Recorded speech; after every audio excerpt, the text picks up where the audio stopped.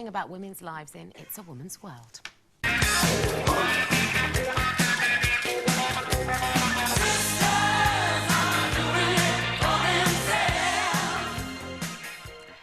First up, the new Sex and the City movie is currently being filmed, and apparently we may just get to see Samantha, played by the actress Kim Cattrall, tie the knot, perhaps with her toy boy Smith. She managed to avoid getting married in the first movie when she told him that she loved herself more than him. But is there any way to have a relationship? Surely you need to love your partner more than you love yourself in order for things to work, or do you? Because, Carol, I know you think of yourself as slightly, you and your man as a slightly English version of Samantha and Smith.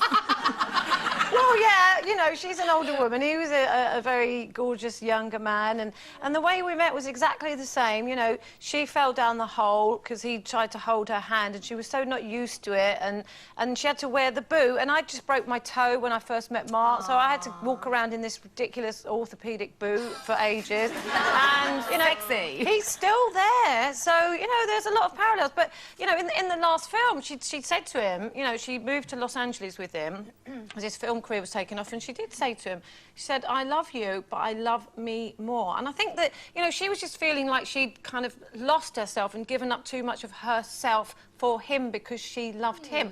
Now, I think that's good, but I don't think she was saying she didn't love him anymore. But she wanted to... she wanted to get back to being herself. Oh, now, so really? Yeah. You've got to understand that, you say? I don't think it's a bad thing. You know, I do quite like myself. I don't... You do, actually, don't you? I do, yeah, funnily She enough. stands in the mirror going, oh, who do you love? I love me. No, I don't. I stand, look in the mirror and go, it's all right. It's not bad. I think, though, the thing is, I think you've got to learn to like yourself. I mean, in my ex-marriage, I didn't. I ended up like you. We were the same. I ended up not liking myself. And that makes you, you know, not be a very nice person to be around. So I kind of understand where she's coming from. If you've lost track of you, how can you then, you know, put out and love anybody else? Now, I'm beginning to like myself again. How can they love you? Yes, absolutely. You don't love yourself. You also... So I am now. I'm beginning to really like myself and beginning to be like you. Excellent. Yes. A man can't actually validate you. If you don't like you, then they can't help you with that. You have to be kind of fully formed in that way before you go into a relationship.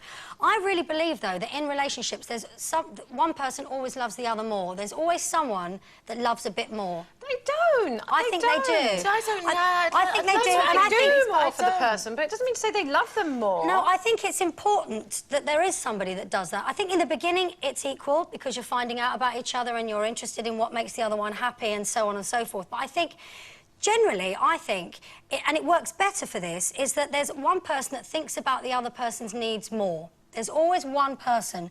And in my relationship... You're the selfish one. No, I do believe he thinks about what I need more, but I think over years you settle into that. In the beginning, you both care equally.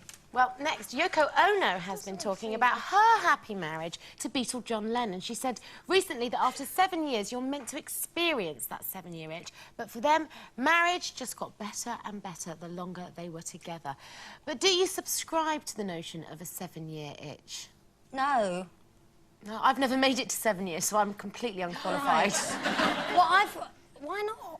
You've only been with somebody 6 years, you said. Yeah, 6 years was my longest. No, but I mean, to me, that doesn't seem like an awfully long time, because I've had 2 long relationships, and they've both lasted 13 years. And Paul and I have been together 13 years now.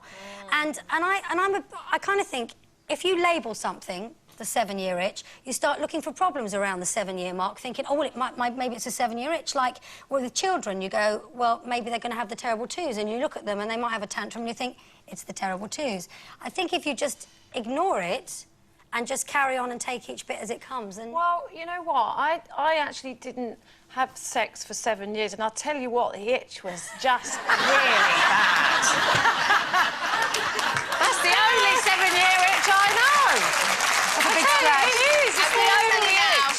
10 years years is what it is, and 10 years enough because you've had the lot and you don't want any more. You want a new one. That's what you want. That was you. Brand new. Well, finally, talking about the cellulite busting tights that have been hailed a miracle, India Knight in the Sunday Times has said that she thinks that we're just stuck with cellulite and we should accept that. She's also said that cellulite just makes you normal. Deal with it by buying magic nylon pants with crystals in them.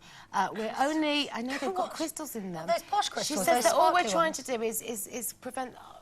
really, the inevitable. So, is she right?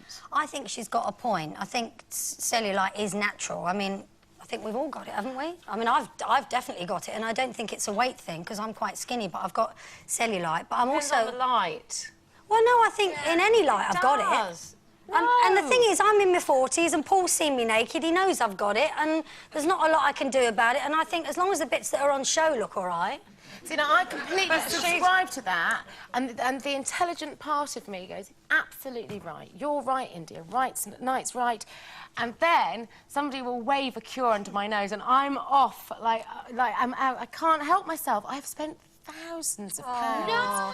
You could be free from that if you just accepted. She's beautiful, you know. You don't need... Do you know what? I was on holiday this year, and the walk from the Sun Lounger to the shore was just like the Green Mile for me. I was like, oh, please let a cloud come over. Oh, please no one look. Oh, and it's excruciating. Why though? Why do you worry about? Do you study it? Do you study it in the mirror? No, I don't. I don't look at myself in a full-length mirror at all. Maybe if you did, you might realise it isn't that bad. You're quite right. Well, I think what it is to me, I don't think it looks attractive. I look at somebody like you, Carol, with amazing legs. She's got it.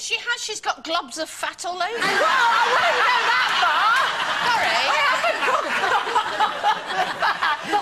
We're talking about. No, Mark, he denies it. He's in denial. He is. I told you, he's shallow how. He thinks that, you know, he thinks I'm perfect and I'm not. He does. But if you just get a mirror in the right place with the right light, and I don't mean bright sunlight. The light off. Yeah, that light. You'll be all right. Trust me. Try it.